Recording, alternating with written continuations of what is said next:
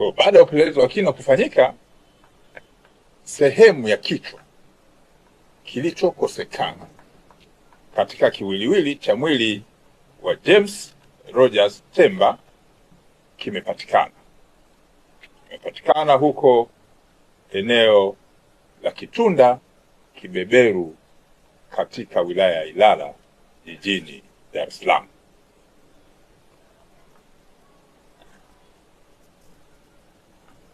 Sehemu ya kichwa hiki kimekutwa kikiwa kimefukiwa ardhini na waliotekeleza uhalifu ule.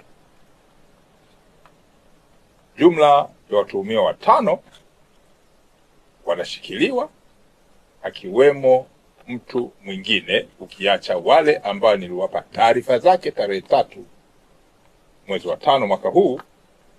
Leo tarehe 13 ameongezeka mtuhumiwa mwingine ambaye amefahamika kwa jina la Saidi Ali au maarufu kama Side.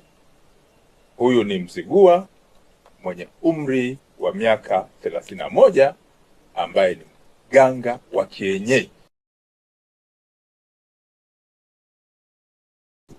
Kitunda Ilala hapa jijini Dar es Salaam.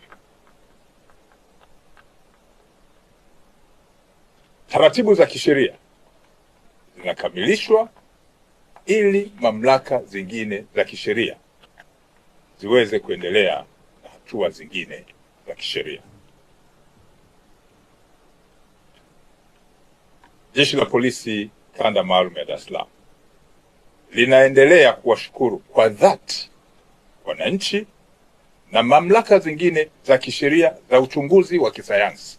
Narudia, Jeshi la Polisi Kanda Maalum ya Dar es Salaam linaendelea kuwashukuru kwa dhati wananchi na mamlaka zingine za kisheria za uchunguzi wa kisayansi ambazo zimetoa na kuonyesha ushirikiano wao mkubwa na kuwezesha kupatikana kwa taarifa hizi za mafanikio katika uchunguzi wa jambo ambalo lilitokea.